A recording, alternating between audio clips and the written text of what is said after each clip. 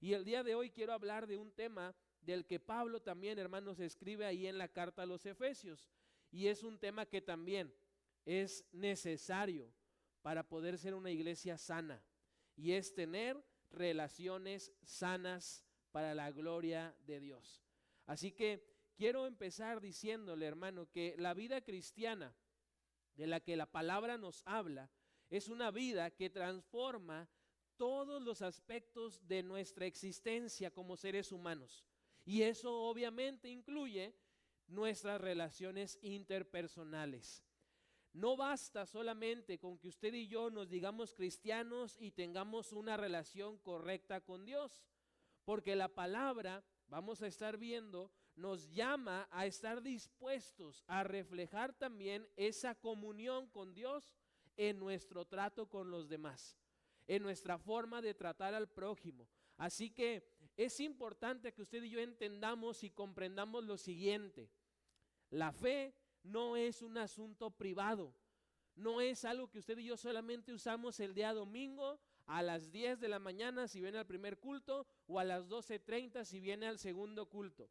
La fe es un asunto que se debe manifestar en las esferas donde usted y yo nos movemos y nos desenvolvemos. ¿Y cuáles son esas esferas? La esfera familiar, la esfera laboral y en nuestra sociedad. Y es ahí donde usted y yo debemos reflejar esta capacidad que Dios nos está dando a través de su bendición, a través de el reconciliarnos, a través del transformarnos con esas personas con las que usted y yo nos desenvolvemos y nos relacionamos. Es que debemos demostrar que somos bendecidos, que somos reconciliados, que somos transformados y que somos equipados. Y esto lo hacemos al relacionarnos de una manera sana. Hoy en día, no sé si usted esté de acuerdo conmigo, pero al observar nuestra sociedad nos damos cuenta que vivimos en una sociedad donde las relaciones interpersonales se caracterizan por estar rotas. Vemos usted y yo con mucha facilidad en la sociedad familias divididas, matrimonios deteriorados, relaciones en el trabajo tensas, y en el simple salir y ver a la sociedad vemos a una sociedad segregada, una sociedad segmentada y dividida. Y la buena noticia es que frente a esta realidad, la palabra de nuestro Dios, tanto a usted como a mí, nos presenta una solución, nos presenta una alternativa gloriosa para que seamos capaces de desarrollar relaciones sanas. Y Pablo nos está mencionando de una manera constante en Efesios 5, 21 hasta el capítulo 6, verso 9, cuál es esa clave, cuál es esa alternativa. Y es tener a Cristo Jesús como el centro de nuestras relaciones. Cuando usted y yo ponemos a Cristo en el lugar que le pertenece, en el lugar prioritario, importante, en el centro de nuestra vida, nuestras relaciones con nuestra familia, con nuestros compañeros en la escuela, compañeros en el trabajo, con nuestros hermanos en Cristo y con la sociedad de manera general, van a ser relaciones sanas para la gloria de nuestro Dios. Y de hecho en la Biblia usted y yo encontramos muchos consejos que nos ayudan a desarrollar relaciones sanas para la gloria de Dios. Desde las relaciones interpersonales más básicas, como las familiares, hasta las más extendidas como las laborales.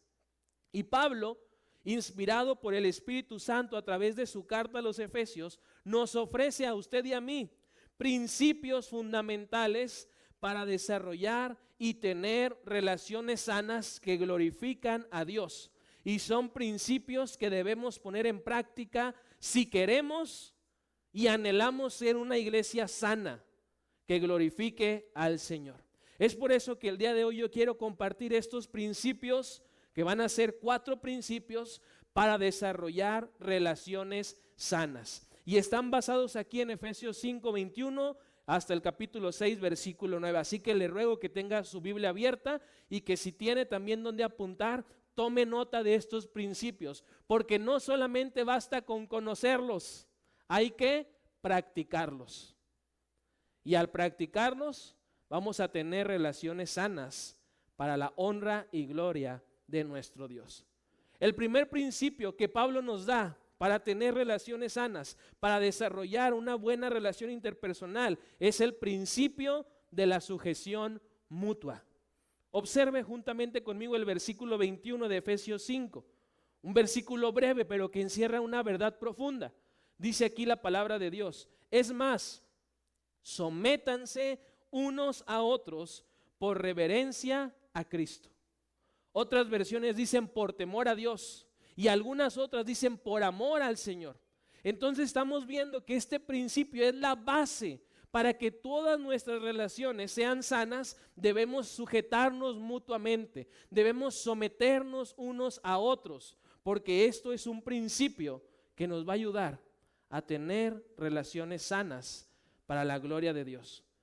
El apóstol Pablo, hermanos, introduce el tema de las relaciones con una exhortación general: sométanse unos a otros por temor a Dios. Y este versículo no puede ni debe pasarse por alto, pues es un versículo y un principio que marca el rumbo para todo lo que continúa, para todo lo que sigue. Si queremos tener relaciones sanas, debemos estar dispuestos a someternos unos a otros. La sujeción mutua, y escuche bien esto, a la que se refiere aquí la Escritura, es un fruto de la llenura del Espíritu Santo. ¿A qué me refiero con esto? Si usted es una persona llena del Espíritu Santo, va a tener la capacidad, la disposición a someterse a las otras personas, a sujetarse mutuamente a su prójimo. Si usted no es lleno del Espíritu Santo, va a agarrar esto como una excusa, como un pretexto para no someterse y sujetarse. No es la sujeción, hermanos, un acto de inferioridad. No es un acto de opresión. La sujeción mutua es un acto de amor, un acto de humildad, que en el contexto en el que Pablo está hablando, uno puede hacer porque quiere honrar y reverenciar a Cristo Jesús. Así que sería bueno que usted y yo entendamos: me sujeto a otra persona, me someto, no porque la otra persona me domine, sino porque al hacerlo honro a mi Señor Jesucristo. Si usted y yo ponemos en práctica este principio de la sujeción mutua, vamos a poder desarrollar relaciones sanas para la gloria de Dios. La preocupación que tiene Pablo, hermanos, en su corazón al escribir esta carta a la iglesia en Éfeso es que los discípulos, tanto de esa iglesia como en la actualidad, que ya hemos sido bendecidos, reconciliados y transformados, debemos vivir una vida que refleje nuestro crecimiento espiritual. Pero algo estaba pasando en la iglesia de Éfeso. No había sanas relaciones, no estaban reflejando el haber sido bendecidos, el haber sido reconciliados, el haber sido transformados. Y Pablo, sabedor de esto, preocupado porque tenía esa carga, escribe esta carta y les dice que el primer principio para poder tener relaciones sanas es vivir una vida en sujeción mutua, que refleje nuestro crecimiento espiritual. Y al someternos usted y yo unos a otros, además de hacer lo que a Dios le agrada, contribuimos a la unidad de nuestra iglesia. Pero una persona que se sujeta, que se somete, es una persona que está dando testimonio de madurez, que está dando testimonio de que su prioridad es proveer y promover en la iglesia la unidad, que haya en la iglesia, en el cuerpo de Cristo, una sujeción mutua. Pablo, hermanos, nos dice que cada uno de nosotros como creyentes debemos estar dispuestos a someternos a los demás. Y yo le agregaría aquí, un cristiano maduro va a someterse a otras personas. Y ahí cada uno de nosotros debe examinar su vida. ¿Estamos actuando con madurez? ¿Nos estamos sometiendo realmente, como lo dice la palabra? Porque un cristiano maduro está dispuesto a dejar de lado sus propias demandas, sus preocupaciones, sus exigencias. ¿Por qué? porque ese cristiano maduro tiene en su mente que la iglesia a la que pertenece sea una iglesia unida, sea una iglesia sana, sea una iglesia fuerte y comprometida con el Señor. Y porque tiene ese propósito, porque busca eso, se somete a los demás. Así que es importante que entendamos que a pesar de que estamos en una cultura donde a menudo se interpreta la autoridad como abuso y se rechaza todo tipo de sumisión por orgullo, este principio, si somos cristianos maduros que anhelamos formar parte de una iglesia sana, debemos practicarlo. Y es un principio que debe redefinir nuestras actitudes. Porque, hermanos, todos nosotros por igual somos llamados por Dios a desarrollar relaciones sanas, basadas en respeto, basadas en cooperación, en servicio mutuo y en sujeción, considerando a los demás como superiores. Y cuando como iglesia practicamos este principio, las relaciones que estaban rotas, las relaciones que tenían fricción, son sanadas por el Señor Jesucristo. Y entonces en nuestra iglesia florece la unidad, florece la paz y florece también la armonía. Pero para eso, Pablo dice, empecemos por lo más importante, someternos unos a otros. Una vez que usted y yo ya nos sometimos al señorío y a la autoridad de Cristo Jesús, a la par hay que someternos unos a otros. Y vamos a ver que este principio va a ser más fácil y sencillo los otros principios. Porque si tenemos a Cristo en el centro, nos sometemos a Él, fácil usted y yo nos vamos a someter a otras personas. Así que si anhelamos tener relaciones sanas, pues debemos practicar el principio de la sujeción mutua. El segundo principio, ahí en Efesios 5, versículo 33, la palabra dice, por eso les repito, cada hombre debe amar a su esposa como se ama a sí mismo, y la esposa debe respetar a su marido. El segundo principio para tener relaciones sanas, además de la sujeción mutua, hay que tener los roles claros. Hay que tener los roles bien identificados. Y una vez que los conocemos, que los tenemos claro, porque ya los hemos identificado, hacerlos, llevarlos a la práctica. Pablo aquí nos dice que para tener relaciones sanas debemos tener los roles claros. Y para eso empieza hablando del matrimonio, donde el matrimonio, institución creada por Dios, tiene roles. Y tiene que cumplir el hombre ciertos roles y la mujer también ciertos roles. Y en algunos comparten esos roles, pero en algunos otros son específicos para el varón y para la mujer. Pablo, una vez, hermanos, que da el principio general, la sujeción mutua, pasa ahora sí a lo específico y comienza hablando del matrimonio. El matrimonio es una institución creada por Dios, donde cada parte, el esposo, la esposa, tienen un rol determinado por el Creador. Escúchelo bien, en el matrimonio hay roles claros determinados por el Creador del matrimonio, por el Señor. No son roles creados ni definidos por la cultura, por la sociedad, por nuestra filosofía, por la política. No, son roles claros instituidos por Dios como creador del matrimonio. Y no son solamente para una sana convivencia, son para agradar al Señor con una relación sana. Y Pablo empieza, hermanos, diciéndole a la esposa que la esposa es llamada a sujetarse a su esposo como al Señor. Y es un pasaje, hermanos, que a veces se ha prestado incluso a un chiste, ¿verdad? Que la mujer debe de estar sujeta, no con sujeta, sometida. Pero fíjese aquí cómo dice, porque habla de esta sumisión a la luz de la palabra. Y lo debe de hacer por amor al Señor. No es que la mujer sea inferior, no es que la mujer valga menos, no es que la mujer no sea considerada por Dios en su plan. No, no piense eso, no caiga en ese error. Pero la mujer tiene el rol de sujetarse a su marido, porque el marido tiene un trabajo todavía más complicado. ¿Sujetarse a quién? A Cristo el Señor.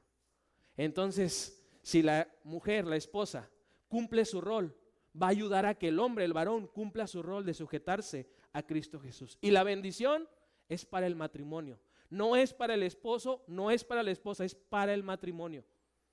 Entonces, la esposa es llamada a sujetarse a su esposo como al Señor, no por inferioridad, sino como un acto de obediencia a Cristo. Y a su vez, el esposo, varones, escúchenme bien, el esposo es llamado también a amar a su esposa como Cristo amó a la iglesia.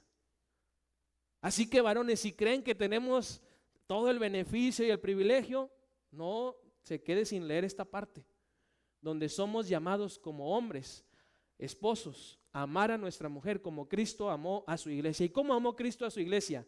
Con un amor sacrificial.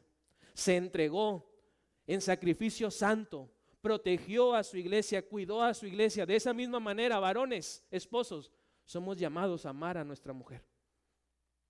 Así que no crea que es cuestión de inferioridad que la mujer se tiene que someter a Cristo. No, porque cada uno tenemos roles dados por Dios para una sana relación. Esta sección de Efesios, le confieso, ha sido muchas veces malinterpretada.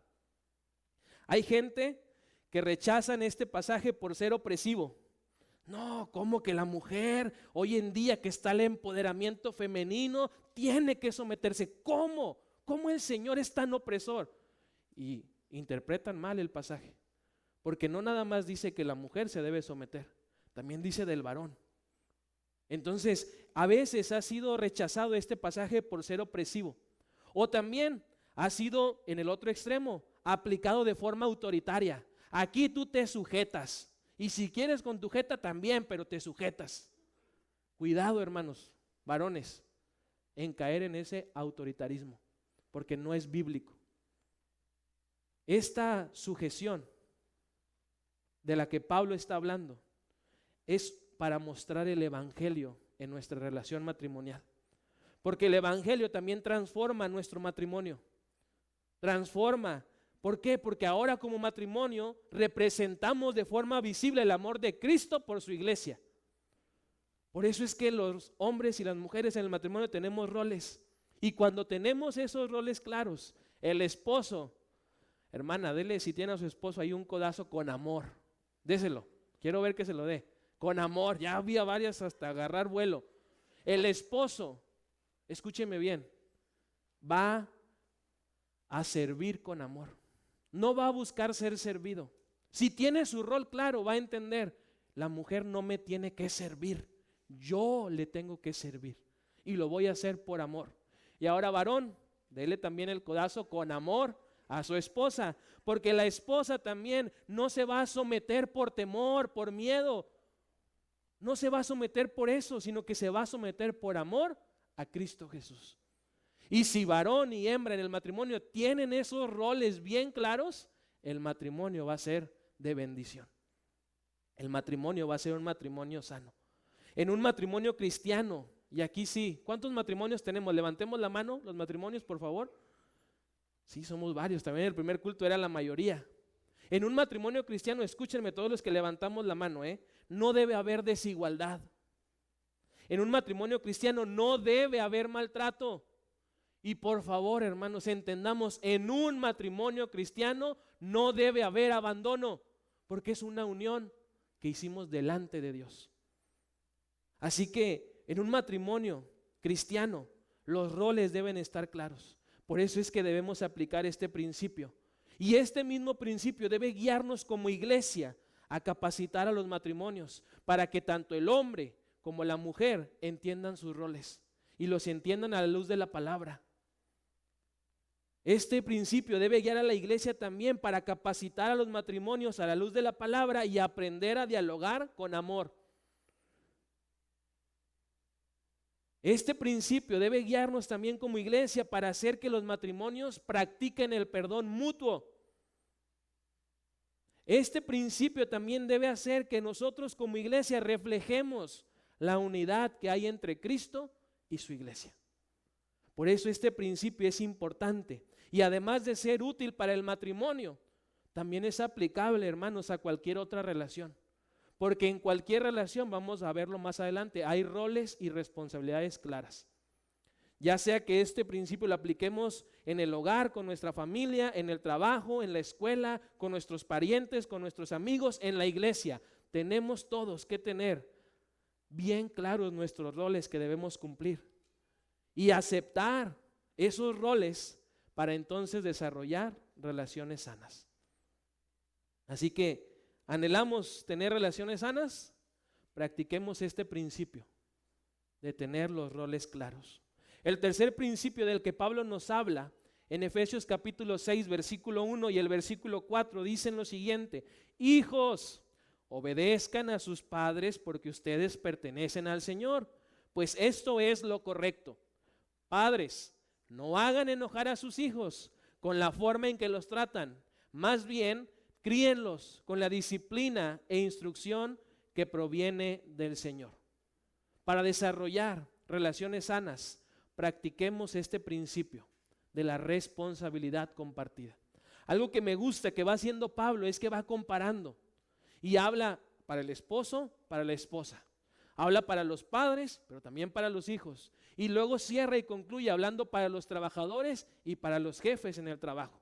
Porque son responsabilidades que toda relación debe conocer, porque son responsabilidades compartidas. Cuando en una familia el matrimonio es sano, el ambiente en el hogar será bendecido. Y realmente existirá en nuestro hogar una base correcta para una vida sana.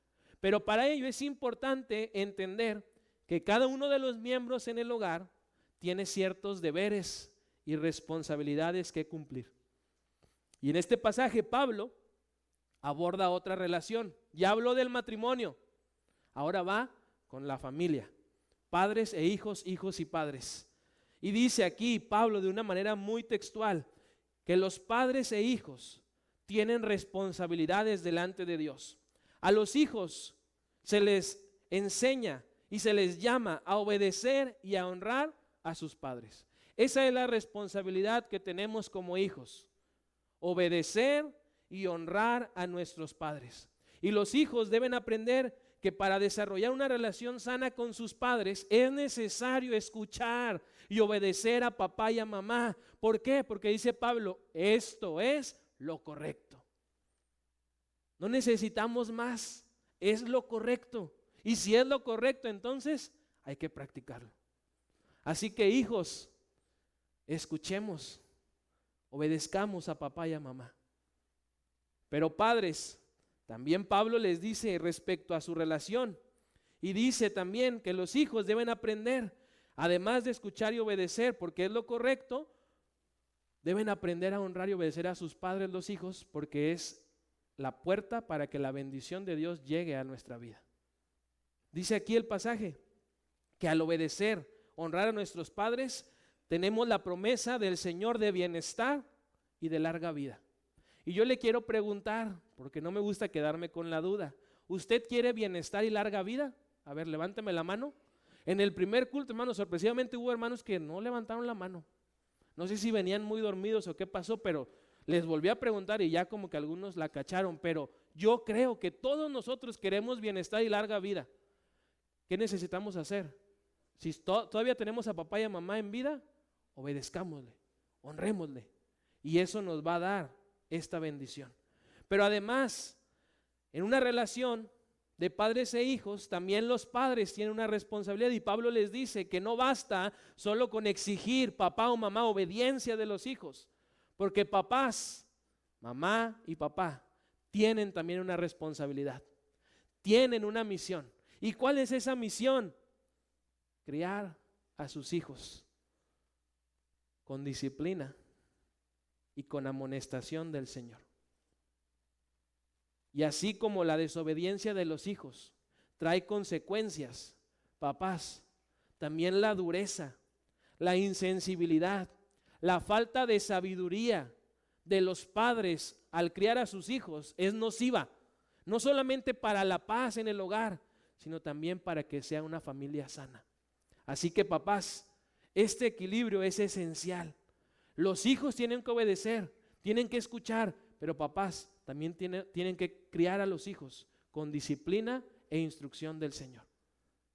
Este equilibrio es necesario. ¿Por qué? Porque hoy muchos hogares, tristemente incluso hogares cristianos, se desestabilizan, se están derrumbando porque los padres olvidan su llamado pastoral dentro del hogar.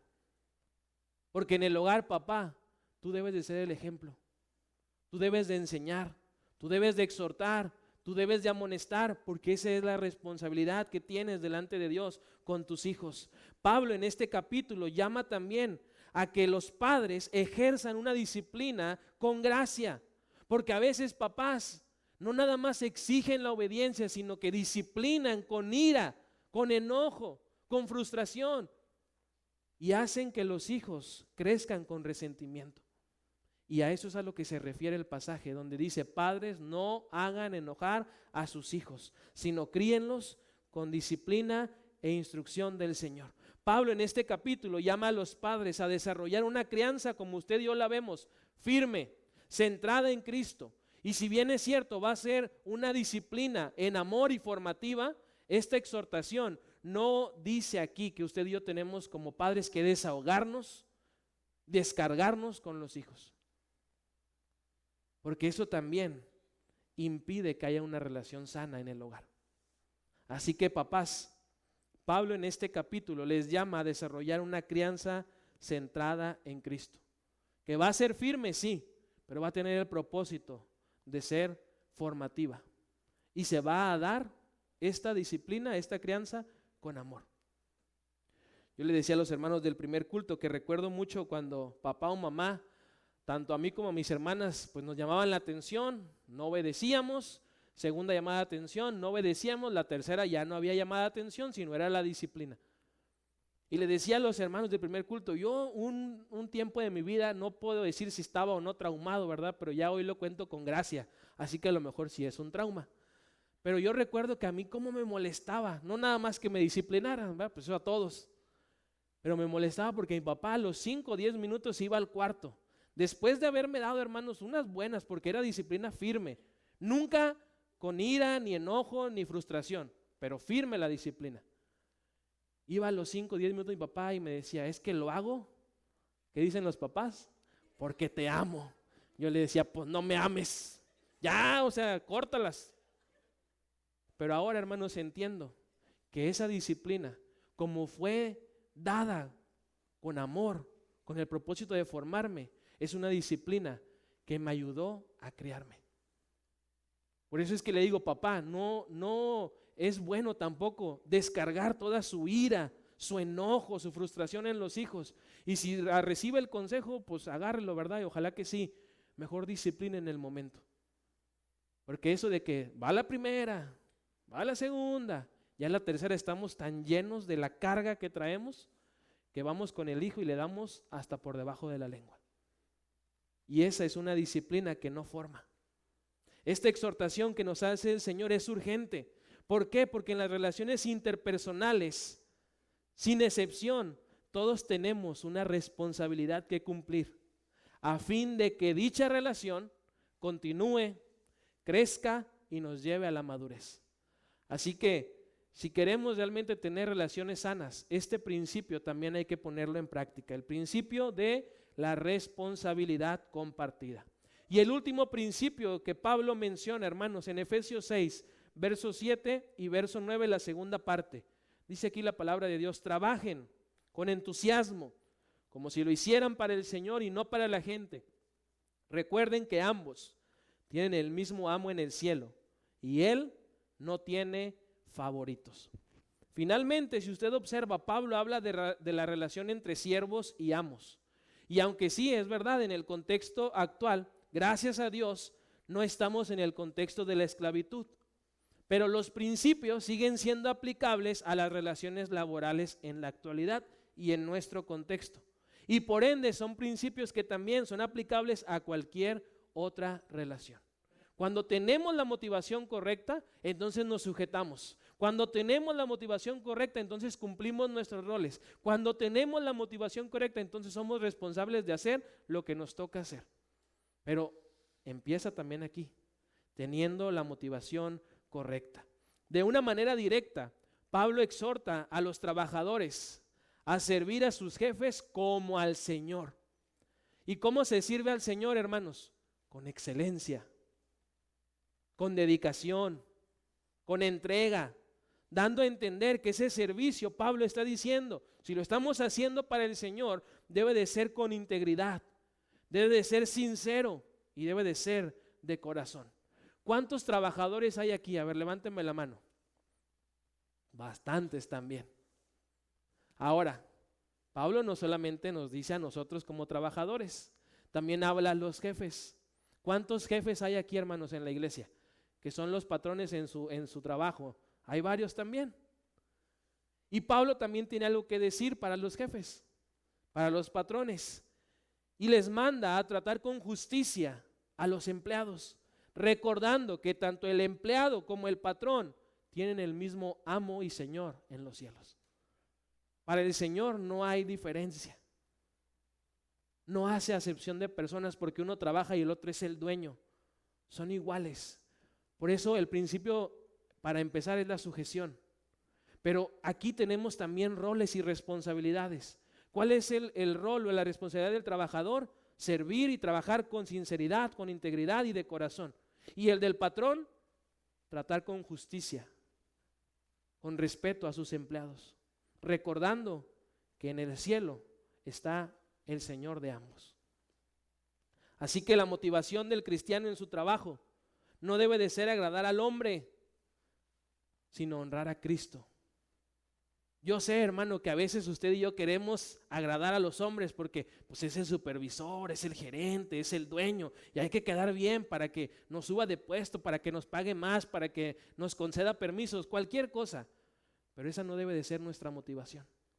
Si somos realmente cristianos, nuestra motivación debe de ser adorar a Dios, honrar a Cristo, siendo diligente, siendo responsable, siendo honesto y sabiendo que nuestro trabajo también es una forma en la que adoramos a Dios. Así que sea el trabajo que usted haga, usted tiene que hacerlo con la motivación correcta, porque lo hacemos para el Señor. Y para el patrón cristiano, la motivación debe de ser reflejar el carácter del Señor. ¿Cómo? A través de un trato justo, de un trato respetuoso, de un trato cordial. No se vale que solamente por ser patrón o jefe uno explote y trate mal a los empleados, porque de por sí eso no conviene, porque no van a durar esos trabajadores. Se van a ir hablando mal del negocio, de la empresa. Entonces, es un principio que además de ser bíblico, es un principio que nos ayuda para que el trabajo, el negocio, la empresa prospere. Así que los patrones son llamados a tratar de una manera justa, respetuosa y cordial. Y si observamos, tanto el empleado como el empleador deben actuar bajo este principio de la motivación correcta, haciendo la voluntad de Dios de corazón. No para que el jefe me vea, no para que el trabajador no me falte, no, sino que lo voy a hacer porque esa es la voluntad de Dios. Eso es lo correcto. Así que nuestro actuar, mis hermanos, sin importar la posición en el trabajo, sin importar si usted es empleado o empleador, debe reflejar la presencia de Cristo en nosotros. La única base, si observamos, para desarrollar esas relaciones sanas, ya sea en el matrimonio, en la familia, en el trabajo, con los amigos, en la escuela, es relacionarnos de corazón, impulsados por el amor y cuidando, respetarnos mutuamente. Si eso hacemos, entonces tenemos la motivación correcta. Si eso hacemos, entonces estamos desarrollando relaciones sanas para la gloria de nuestro Dios. Concluyo, hermanos, diciéndole que es importante notar que Pablo, en este pasaje donde habla de las relaciones guiadas por el Espíritu Santo, no solamente nos dice que el Evangelio debe cambiar nuestra relación con Dios, sino que también el Evangelio debe cambiar nuestra manera de relacionarnos con el prójimo. No basta con que usted tenga una muy buena relación con Dios y una muy buena comunión con Él, si no tiene una buena relación con su hermano, con su prójimo, con su pareja, con su papá, con su hijo, con su empleado, con su jefe. De nada sirve que usted tenga esa relación con Dios y no la refleje en sus otras relaciones. Así que Dios nos está llamando a entender que el Evangelio que ya hemos recibido, que hemos creído, debe cambiar nuestra manera de relacionarnos con nuestro prójimo. Este pasaje nos llama y nos exhorta a desarrollar relaciones sanas para la gloria de Dios. Y para ello necesitamos poner a Cristo en el centro. Si usted, hermano, está en el centro creyendo que el mundo gira a su alrededor, no va a poder desarrollar relaciones sanas. Si usted se cree muy capaz, muy hábil, muy exitoso para desarrollar relaciones sanas, pero Cristo no está en el centro, no va a poder hacerlo, aunque tenga recursos, conocimiento, capacidades, influencia, aunque tenga carisma, no lo va a lograr, porque para hacerlo, Cristo debe de estar en el centro. Cristo debe de estar en el lugar que a Él le pertenece. Así que para cumplir y practicar estos propósitos, pues debemos primero conocerlos, pero también comprometernos a hacerlos una realidad en nuestra vida. Así que debemos considerar estos principios. Debemos considerar la práctica de la sujeción mutua. Debemos considerar el ejercicio de nuestros roles. Debemos considerar el compromiso a cumplir nuestra responsabilidad. Y debemos considerar también en oración adquirir la motivación correcta. Y si eso hacemos, vamos a tener relaciones sanas para la gloria de nuestro Dios. Y vamos a ser una iglesia sana que glorifique el nombre del Señor. Como primera iglesia bautista de Veracruz, debemos responder a este llamado que Dios nos está haciendo a través de este pasaje y hacer una respuesta práctica, con talleres para matrimonios, con una guía y un programa de formación para padres e hijos, brindando consejería para sanar heridas y enseñar también en nuestra iglesia una ética laboral cristiana. Eso es lo que la iglesia debe de hacer para que los miembros de la congregación tengan y desarrollen relaciones sanas. Y la buena noticia, hermano, que le quiero dar en esta tarde, gracias a Dios, no es para presumir, no es con el afán de jactarnos, pero nuestra iglesia tiene esos espacios, ofrece esos talleres, brinda esa consejería, tiene esos programas de formación. Gracias a Dios, nuestra iglesia tiene esto y más, para que cada uno de nosotros pueda desarrollar relaciones sanas. Así que ahora solamente nos corresponde a cada uno de nosotros aprovechar los recursos, los espacios, los materiales y las personas con las que contamos. Porque, hermanos, gracias a Dios también tenemos recursos humanos, personas que son expertos en esta área de las relaciones interpersonales y que además conocen a Dios y nos pueden ayudar a tener relaciones sanas. Así que aprovechemos, mis hermanos, estos recursos. Entendamos a la luz de la palabra que cuando nuestras relaciones son relaciones sanas, reflejan el carácter de Cristo. Y de esa manera, hermanos, el mundo, la gente, verá en la primera iglesia bautista de Veracruz una comunidad diferente. La gente, si realmente tenemos relaciones sanas, va a ver en la primera iglesia bautista de Veracruz una comunidad reconciliada. Y además van a ver en nosotros como iglesia una comunidad sana. Y cuando la gente ve en nosotros una comunidad diferente, una comunidad reconciliada y sana, Dios es glorificado. Dios recibe la honra cuando la iglesia es una iglesia diferente, reconciliada y sana. Así que yo quiero concluir, hermano, diciéndole que usted aproveche. Desde aquí observo que casi todos están sentados con su familia. ¡Qué bendición! ¡Qué privilegio! Que este mensaje lo estamos escuchando con los de nuestra casa. No es una casualidad, hermano, no es coincidencia. Muchos domingos yo he visto a familias, unos sentados aquí, otros allá, otros por acá, otros que no vienen. Pero hoy en día tenemos familias en las mismas filas. ¡Qué bendición! Que como familia escuchemos estos principios. ¿Para qué? Para que nos comprometamos como familia a desarrollar esas relaciones sanas, a practicar estos principios. Porque, hermanos, de nada sirve que los conozcamos y no los practiquemos. De nada sirve que usted haya escuchado el mensaje, que haya sentido que Dios le habló, pero no vaya a hacer nada.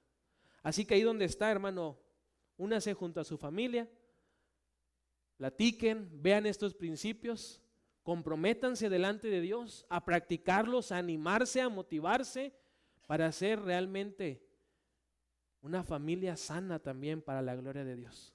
Así que ahí donde está usted, cierre sus ojos. Si tiene a su familia, a su pareja, a sus hijos al lado, ¿por qué no se toman de la mano? ¿Por qué no hablan? ¿Por qué no oran juntamente conmigo? Y si usted junto a su familia decide practicar estos principios y se compromete a desarrollar relaciones sanas para la gloria de Dios, ahí en su lugar, en este momento, póngase de pie y vamos a unirnos en oración. Como familias hay que orar, hermanos, hay que ir en una misma dirección. Y qué bendición que hay familias que se están poniendo de pie diciendo: Señor, esos principios no nada más los vamos a conocer, los vamos a practicar, porque anhelamos tener relaciones sanas. Queremos y anhelamos ser una iglesia sana para honra y gloria de tu nombre. Señor, muchas gracias, Padre, porque muchas familias están comprometiéndose contigo, Señor. Están diciéndote esos principios que tú nos has dado. El día de hoy, a través de tu palabra, los vamos a cumplir, los vamos a llevar a cabo. Y yo ruego, Padre, que tú bendigas a cada familia aquí representada, que está tomando ese compromiso de desarrollar en casa relaciones sanas, porque ahí se empieza, Señor. De nada sirve, Padre, que tengamos buenas relaciones en la escuela, en el trabajo e incluso, Señor, en la iglesia, si en casa no estamos bien. Ayúdanos, Padre, a que esa relación que tenemos contigo se refleje con los de nuestra casa, con los de nuestro trabajo, con los de nuestra escuela, con nuestros hermanos en la fe.